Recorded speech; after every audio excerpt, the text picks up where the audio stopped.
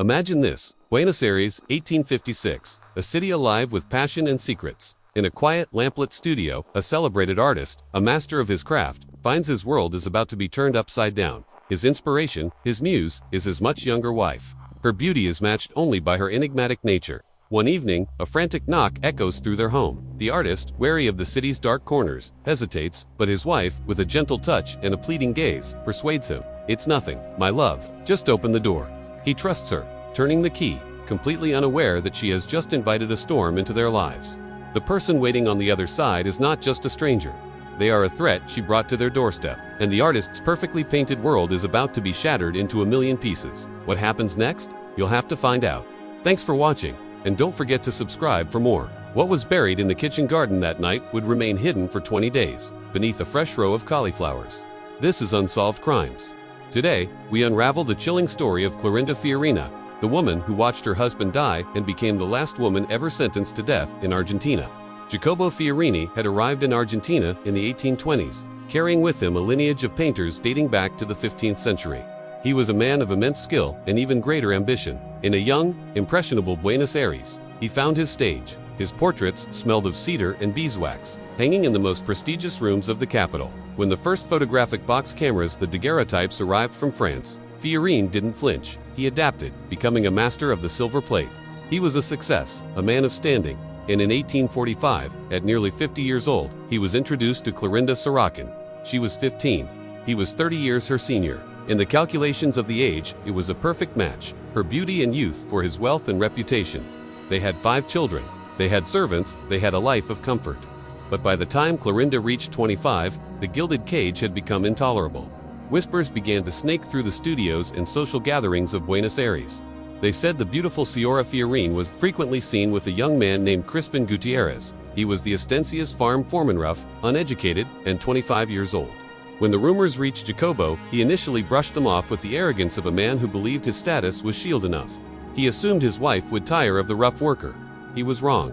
By October 1856, the whispers turned into mockery. Jacobo Fiorini, the great artist, was now the cuckold of Santos Lagares. It was a blow to his pride that he could no longer ignore. On the 9th of October, he rode to the Estancia to confront Gutierrez. He delivered an ultimatum: end the affair or lose the job. Gutierrez did not humble himself.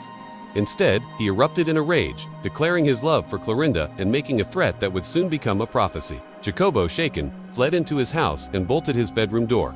It was then that Clarinda played her part. With a voice full of false love, she convinced him that Gutierrez had agreed to leave forever. She lured him out, down the stairs, and into the living room.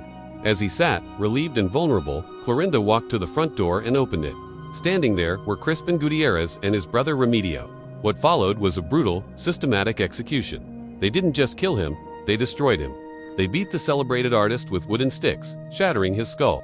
They struck him with clay pots from the kitchen until the floor was slick with blood and ceramic shards. Finally, a firearm was produced. Jacobo Fiorini died on the floor of the house he had built, under the gaze of the wife he had wed. Clarinda did not scream. She did not run to the window for help.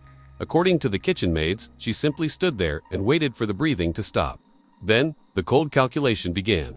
Clarinda ordered the maids to clean the room, to scrub the blood from the walls and the beeswaxed furniture. While the house was being sanitized, the Gutierrez brothers carried Jacobo's body to the kitchen garden. They dug a deep hole, lowered the man who had painted the elite of Argentina into the dirt, and covered him up. To hide the fresh earth, they planted rows of young cauliflowers. Before the sun rose, the crime was literally buried. For 2 weeks, life at the Estancia continued as if Jacobo had simply vanished into thin air. Clarinda and her lover lived openly on the property. When Jacobo's associates grew worried and knocked on her door, she met them with a chilling lack of concern. She suggested he might have been commissioned by a wealthy family in the interior and had unbothered to write. But Fiorini's friends knew better. He was a man of punctuality and habit. A man of his standing didn't just disappear without a letter. They went to the police. On October 29th, a judge issued a warrant to search the estate. The household staff was questioned, and their answers were suspiciously uniform, blank, and rehearsed. Sensing a breakthrough, the police took them into custody. It was in the cold environment of the station that Crispin Gutierrez's nerves finally shattered. Believing a confession might save him, he told the officers everything. He led them to the kitchen garden, to the rows of cauliflowers that had grown over the last 20 days. On October 30th, the body of Jacobo Fiorini was The autopsy confirmed the nightmare: repeated blunt force trauma to the head and a fatal gunshot wound. The trial began on November 19th. drawing crowds that blocked the streets of Buenos Aires. The city wanted justice for their fallen artist. But they were also captivated by the woman in the center of it all. Clarinda was represented by Carlos Tejedor, a brilliant young lawyer who would later write Argentina's penal code. Knowing the evidence was insurmountable, Tejedor attempted a desperate, shocking diversion. He claimed that Jacobo Fiorini had not only been Clarinda's husband but had previously had an illicit affair with her mother, suggesting that Jacobo might actually be Clarinda's biological father. The courtroom erupted. It was a claim of incest designed to garner sympathy, but the records offered no proof. It was a lie born of desperation. The verdict was unanimous. Guilty. Clarinda Fiorini and the Gutierrez brothers were sentenced to death by firing squad. Their bodies were to be displayed publicly in the Plaza de Mayo for 12 hours as a deterrent to all of Buenos Aires. But the story didn't end there. In a final twist, Clarinda's lawyer informed the court that she was pregnant. Under the law, a pregnant woman could not be executed. The firing squad was postponed, and in that delay, the social tides began to turn. A high society lady named Mariquita Sanchez de Thompson, a woman known for her civic compassion, organized a massive petition. She argued that the death sentence was too severe for a woman. Astonishingly, 7,000 people signed it, nearly 1 in 13 inhabitants of the city. Why did they sign for a woman who watched her husband be beaten to death? Perhaps it was the child she carried. Perhaps it was her composure. Or perhaps it was simply the discomfort of seeing a young woman face a firing squad. The pressure worked. The death sentences were commuted to 10 years in prison. Clarinda did not even serve the full term. She was released early for good behavior, a phrase that in the 19th century often masked the influence of powerful friends. Upon her release, she did what the shadows do. She disappeared. She changed her name and vanished from the public record. Whether she remarried, lived to old age, or died in poverty in some remote town, history does not say. The record is silent. Clarinda Fiorini remains the last woman ever sentenced to death in Argentina. Jacobo Fiorini's studio was taken over by others. His photographs, the few that survive, show the rigid, formal faces of the 19th century bourgeoisie. He painted what people wanted to be seen as. He photographed what they actually were. The estancia at Santos Lagares passed into other hands.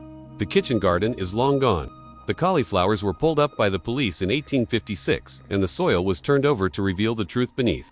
After that, it is said that no one planted anything there for a very long time. In the archives of the Buenos Aires courts, the case file remains, bound in aging ribbon. In the margin of one page, an unidentified hand wrote a single word: end.